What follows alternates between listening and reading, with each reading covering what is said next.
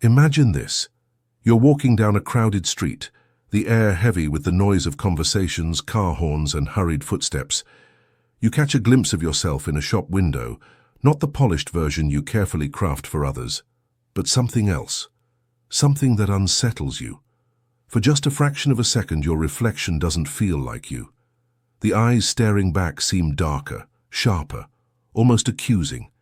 You blink, shake it off, and tell yourself it was just a trick of the light. But deep down you know it wasn't.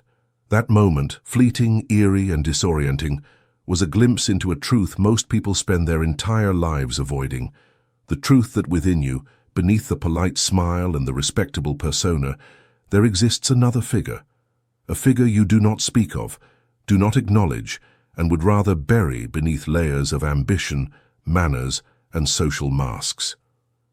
Carl Jung called it the shadow, the hidden self you wish never existed, yet one you cannot escape.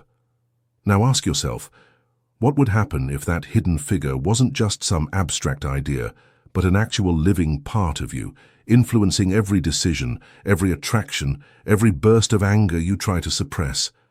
What if the life you believe you're consciously shaping is, in fact, being quietly steered by a darker hand, your own unacknowledged desires, fears, and impulses? We like to think of ourselves as good, as reasonable, moral beings who know what we want. But here's the paradox. Every time you define yourself as good, you are, by necessity, repressing the part of you that doesn't fit into that definition. And where do those unwanted pieces go? They don't vanish. They retreat, gathering strength in the hidden corridors of the psyche, waiting for moments of weakness to burst through. That sudden rage that startles even you. That envy that poisons your relationships. That secret craving you can't explain. These are not random accidents of emotion. They are eruptions of the shadow. And here is the uncomfortable question. If the shadow is always with you, unseen but active, who are you really? The person you believe yourself to be, or the one who lurks in silence beneath the surface? Imagine standing at a dinner table, laughing politely, while beneath the surface you're seething with resentment at someone's careless remark. Outwardly you nod and sip your drink. Inwardly you imagine yourself saying things you'd never dare say. That duality, one part of you that performs, another that lurks, is not a rare flaw. It is the fundamental structure of the human mind. Jung argued that civilization itself depends on it. We repress in order to belong, to survive, to keep society from collapsing into chaos. But repression comes with a price. The contradiction is brutal. To be accepted by the world, you must deny parts of yourself. Yet the more you deny them, the more power they gain over you. What you call self-control is often just a fragile dam holding back waters that could drown you. And here's the haunting thought. Maybe the shadow knows you better than you know yourself. Maybe it has recorded every secret desire you've pushed away, every shame you've buried, every impulse you've denied. Maybe it is the truest version of you, the one you fear, but also the one that holds the key to your deepest vitality. So what happens if you ignore it? History offers chilling answers. Jung himself, writing in the aftermath of 2 world wars, believed that entire nations could fall victim to their collective shadow. When individuals refuse to face their darkness, it doesn't vanish. It projects outward, onto enemies, scapegoats, strangers. Wars, genocides, and mass hysteria are not born only of politics or economics. They are born of shadows denied. This leads us to a terrifying question. If we each carry within us a shadow, and if ignoring it strengthens it, then what does that mean for your life, for your choices, your relationships, your future? Could it be that the struggles you think come from out there, bad luck, toxic people, unfair systems, are actually battles with something inside yourself? And if so, what would it mean to truly look into that darkness, to confront the side of yourself you least want to see? Could you survive the encounter, or worse, could you discover that the person you've been running from all along is the one pulling your strings? This is the paradox Jung forces us to face. The shadow is both our greatest danger and our greatest potential. But before we dare ask how to confront it, we must first understand where it comes from, why it exists, and why we spend our lives pretending it doesn't. The question, then, is not whether you have a shadow. You do. The question is, will you acknowledge it, or will it devour you from within? Why does the shadow exist? Why would nature, or fate, or whatever force governs human life, design a psyche that hides its own contents from itself? At first glance, it seems almost cruel. Why give us desires we cannot admit, urges we must suppress, and impulses that threaten to unravel the very fabric of our identity? The answer begins in survival. From the earliest days of tribal existence, belonging was everything. To be cast out was not just humiliating, it was fatal. Imagine our ancestors gathered around a fire. To share food, safety, and warmth, one had to obey the unwritten rules. The tribe demanded cooperation, restraint, sacrifice. A person who acted on every selfish impulse, hoarding food, stealing mates, exploding in rage, threatened the group. So society punished them, shamed them, exiled them. Over generations, the human mind adapted. We learned not only to hide unacceptable behaviors from others, but also to bury them from ourselves. Carl Jung saw this not as a cultural accident, but as a deep psychological law. To create a stable persona, the mask we wear in public, we must push incompatible elements of ourselves into the shadows. This is how civilization is built, on a vast, unspoken contract of mutual repression. But here's the irony. The very traits we suppress are often not evil in themselves. They may be sources of vitality, creativity, or power, but because they do not fit the narrow mold of what society accepts, they are forced underground. The child who is told "don't be angry" grows into an adult who cannot assert boundaries. The girl punished for speaking her mind becomes the woman who doubts her voice. The boy mocked for being sensitive becomes the man who hides behind emotional armor. Each act of repression shapes the shadow, layer upon layer, until we no longer remember what we have buried. And yet, the shadow remembers. Philosophers before Jung had intuited fragments of this truth. Friedrich Nietzsche warned of what happens when instincts are denied too long. He called it ressentiment, the festering poison of unexpressed drives that, when denied an outlet, twist into envy, hatred, or moral superiority. Beware, Nietzsche implied, of those who preach virtue too loudly. Their shadows are screaming beneath their words. Arthur Schopenhauer saw life itself as driven by a blind, irrational force, the will, a torrent of desires and impulses we cannot fully master. To Schopenhauer, suffering was inevitable precisely because our instincts endlessly demand what the world cannot provide. Civilization teaches us to repress these demands, but repression does not erase them. It only cloaks the will in illusions. Even existentialists like Sartre and Camus echoed this struggle. Sartre spoke of bad faith, the self-deception we engage in when we deny parts of ourselves to maintain a coherent social identity. We lie to ourselves about who we are, not because we wish to, but because we fear the chaos of honesty. Jung gathered all these threads and wove them into one of psychology's most unsettling revelations. The shadow is not just a byproduct of society, it is the inevitable cost of consciousness itself. To be a self-aware being is to divide.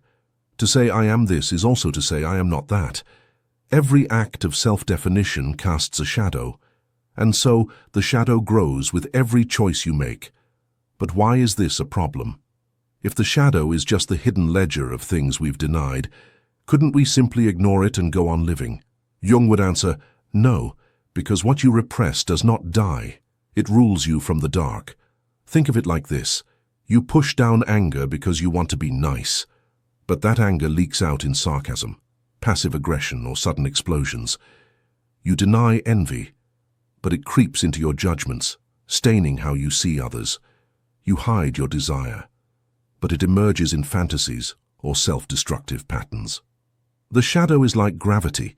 It acts on you whether or not you acknowledge it. Worse still, society itself is built upon shared shadows. Jung watched the rise of fascism in Germany and saw not only political chaos, but a collective psychological event. Millions of individuals projecting their shadows outward onto a chosen scapegoat. When you deny your darkness, you search for it in others.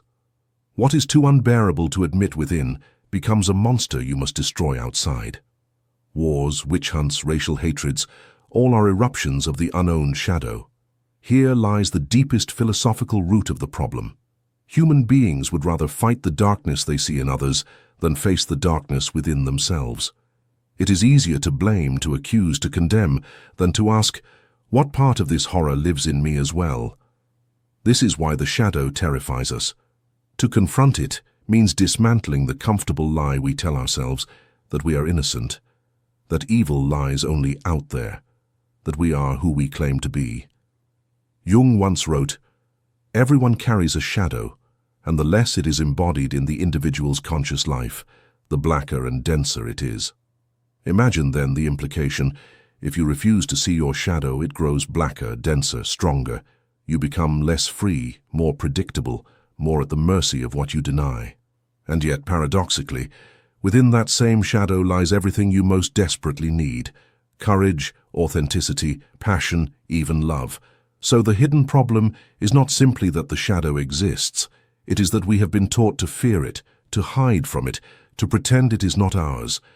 And in that act of denial, we hand over our freedom. The question, then, is no longer whether the shadow is real. It is. The question is, what happens if we continue to ignore it? How does the unacknowledged darkness shape our lives, our choices, and the destiny of entire societies? The answer is not comforting. It leads us into a territory where the consequences of denial are everywhere, yet rarely recognized.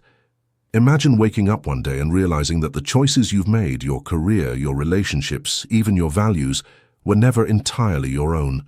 That subtle feeling of dissatisfaction you can't explain, the way certain people trigger you, the patterns you fall into again and again despite swearing you'd change, all of it points to a hidden puppeteer. And the most unsettling part? That puppeteer is not some outside force, not society, not fate, not luck. It is the shadow you've been refusing to see. When you deny your darkness, you don't banish it.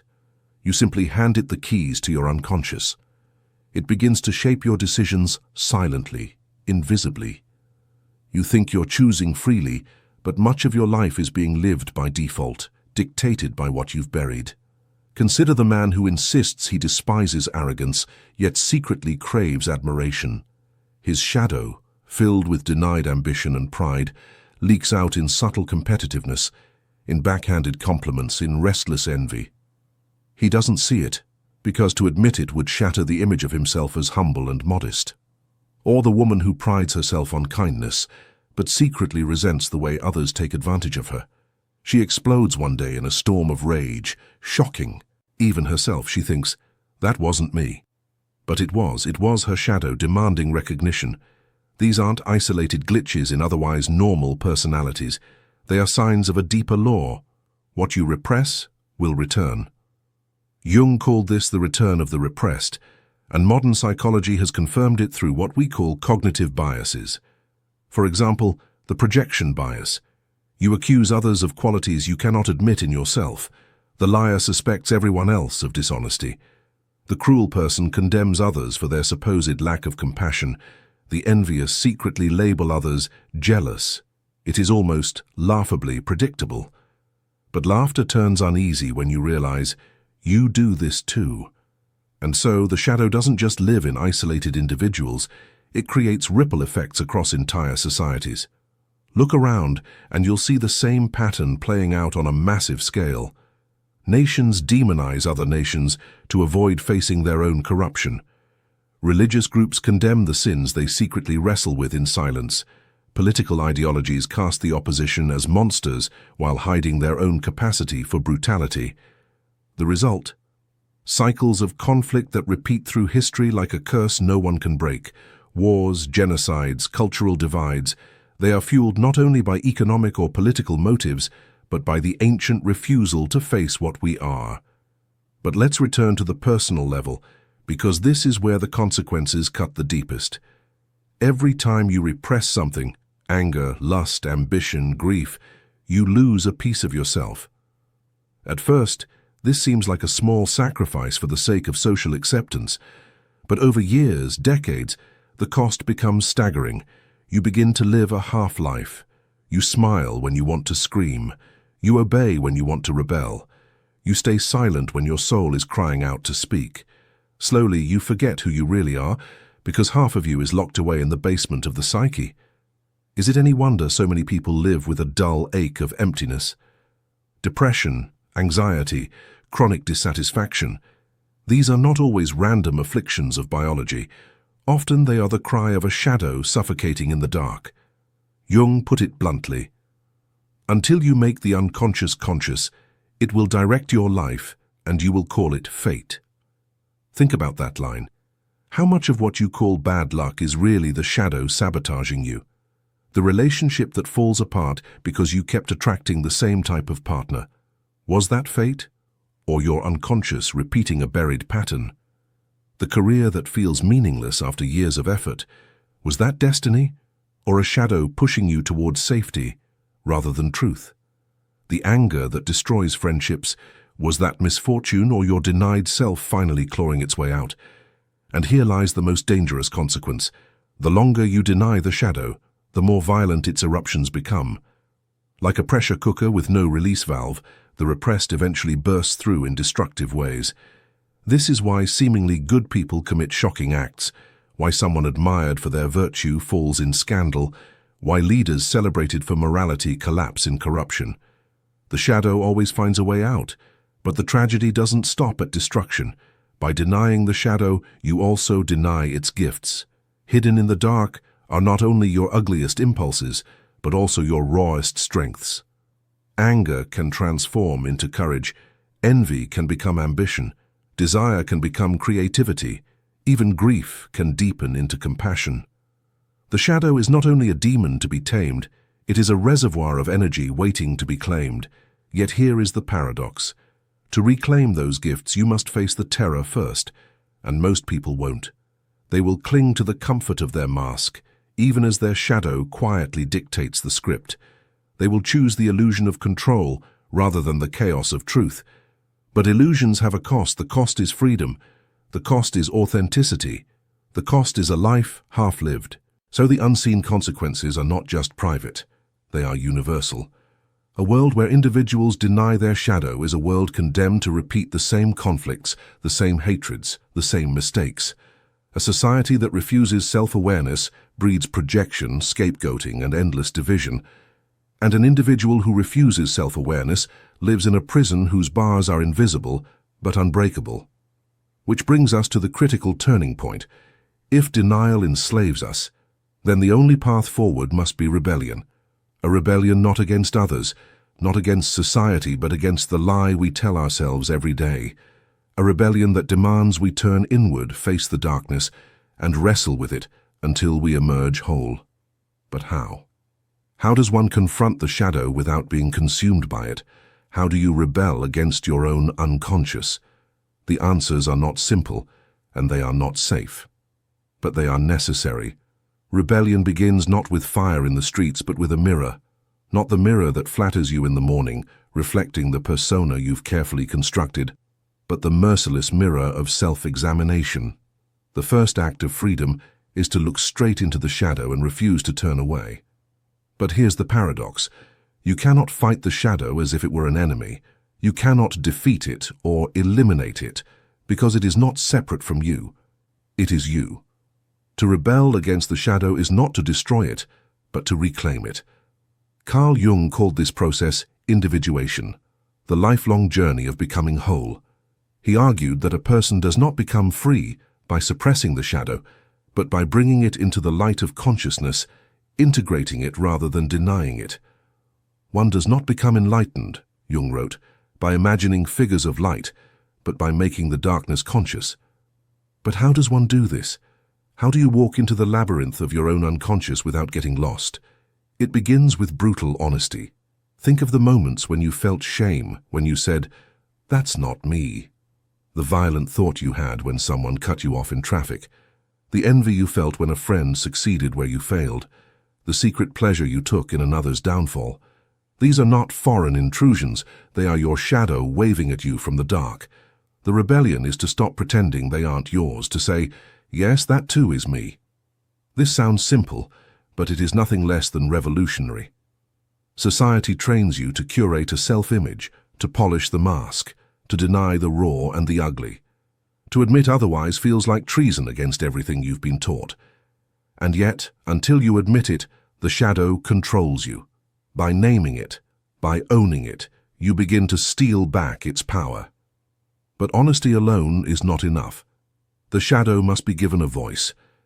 This is where practices like journaling, dream analysis, or active imagination, the techniques Jung pioneered, become weapons of rebellion. In dreams, the shadow often appears disguised as threatening figures, strangers, monsters, even people you despise. In waking life, it appears in projections, those qualities in others that provoke disproportionate rage or fascination. The rebellion is to recognize these figures not as enemies but as mirrors. Imagine confronting someone you can't stand, the arrogance of a co-worker, the laziness of a sibling, the selfishness of a friend. What if, instead of condemning them, you asked, "What part of me am I refusing to see in their reflection?" That question alone can dismantle years of denial, but this path is not for the faint-hearted.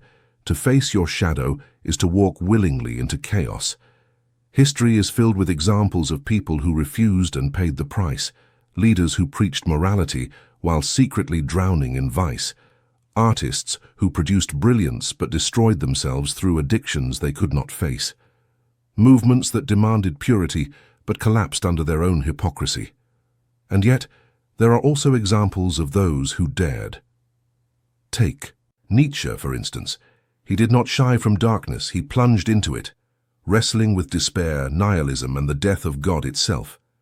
His philosophy is uncomfortable precisely because he voiced what others dared not. Or Viktor Frankl, surviving the camps of Auschwitz, who confronted humanity's capacity for cruelty not by denying it, but by finding meaning in the midst of it. Their rebellion was not against the world, but against self-deception.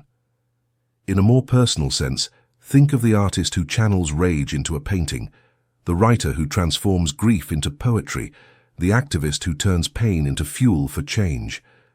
These are not people who escaped their shadows. They learned to speak with them. They made darkness a collaborator. So here is the counterintuitive truth. The way to break free from the shadow is not to exile it further, but to invite it closer, to listen, to learn, to integrate. The shadow is like a wild animal, dangerous when caged but powerful when tamed. But integration does not mean indulgence. To integrate anger does not mean to lash out at everyone. It means to recognize anger as energy that can defend boundaries, protect what matters, fuel courage. To integrate desire does not mean reckless indulgence. It means to harness desire as a source of passion, vitality, and creativity. Integration is transformation, not surrender. And here lies the essence of the rebellion. By owning your shadow, you no longer need to project it onto others.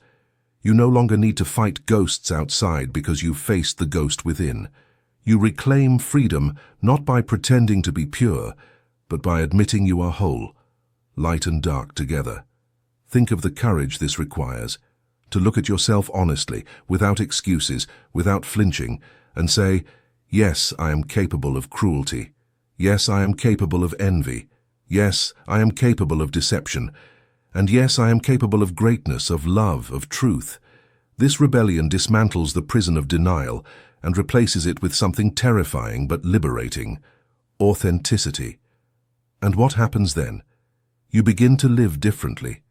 Choices no longer feel like compulsions disguised as fate. Relationships shift because you no longer project onto others what you refuse to own. Creativity expands because the energy once spent on repression is now free to flow. Even society itself changes because a person who has owned their shadow becomes harder to manipulate, harder to divide, harder to deceive. But this rebellion has a final risk. Once you glimpse the truth of your shadow, there is no going back. You cannot unsee what you've seen. You cannot return to innocence.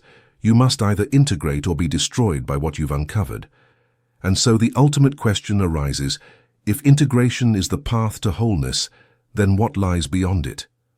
What is the final truth that emerges when the shadow is fully embraced, when the dark and the light are reconciled within you? Imagine standing alone at the edge of a vast desert at night. The horizon stretches endlessly, the sand beneath your feet is cold, and above you, the sky is scattered with millions of stars. For the first time, there are no distractions, no noise, no roles to perform, no masks to wear. Only you, the silence, and the immensity of existence. In that silence, you feel it, the shadow at your back. It is no longer the monster in the dark, no longer the ghost you ran from, but a figure that has walked with you all your life. You realize something shocking. It was never your enemy. It was your twin. Here lies the ultimate truth Jung pointed to, a truth so unsettling and liberating that it can shatter the way you see yourself. You are not only the light you show the world, you are also the darkness you hide. And until you embrace both, you will never be whole. The shadow is not merely a vault of shameful secrets. It is the half of your soul you exiled. The anger you thought was sin is the courage you never dared to claim. The envy you despised is the ambition you were afraid to own. The desire you repressed is the passion you secretly long for. Even your cruelty carries within it the possibility of strength, clarity, and uncompromising truth. The shadow is not the opposite of you.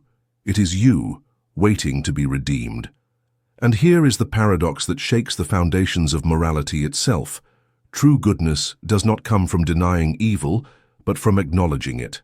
A person who insists, "I am only good," is dangerous because they are blind to their own darkness. But a person who says, "I am capable of cruelty, but I choose not to act on it," is free. They are grounded in reality, not illusion. They cannot be easily corrupted because they have already faced the temptations within themselves. This is why Jung insisted that integration of the shadow is not just a psychological process, it is a moral and spiritual one. To know your shadow is to know your capacity for destruction, and therefore to take responsibility for it. Without that awareness, you are like a child playing with fire, pretending the flame cannot burn you.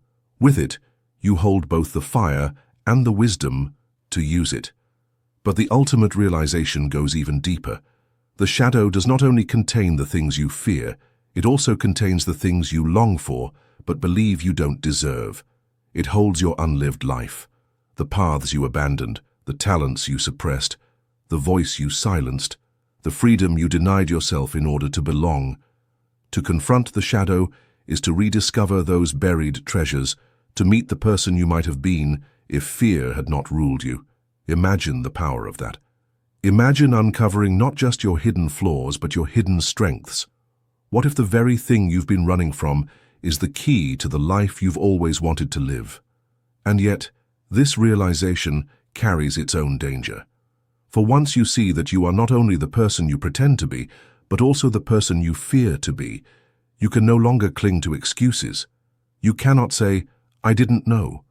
You cannot say, "That wasn't me." You must own your wholeness, light and dark, creation and destruction, love and rage. This is why the final truth is both terrifying and liberating. Freedom is not found in purity, but in wholeness. Look again at the desert night sky. Every star shines because of the darkness around it.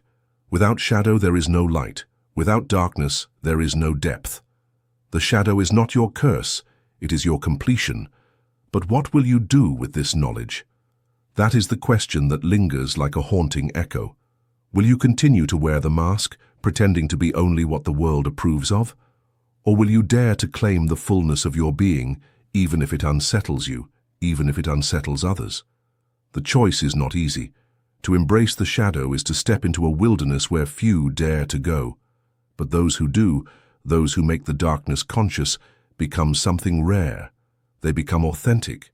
They become dangerous, not in the sense of violence, but in the sense that they can no longer be manipulated, no longer be broken by their own hidden compulsions. They become free. Carl Jung once warned, "The privilege of a lifetime is to become who you truly are." But to become who you truly are means embracing not just your light, but also your shadow. It means standing in that desert of the soul, feeling the weight of your darkness, and still choosing to walk forward. So here is the final invitation. Stop running. Stop projecting. Stop pretending. Look into the mirror that unsettles you, and instead of turning away, step closer. Ask yourself, what am I hiding? What have I exiled from myself? What unlived life waits for me in the shadows? If you dare to ask those questions, the shadow will answer. And when it does, you may discover that what you feared all along was not your darkness, but your own power. And so the great question remains, one only you can answer. Will you continue to live half a life, or will you risk everything to become whole?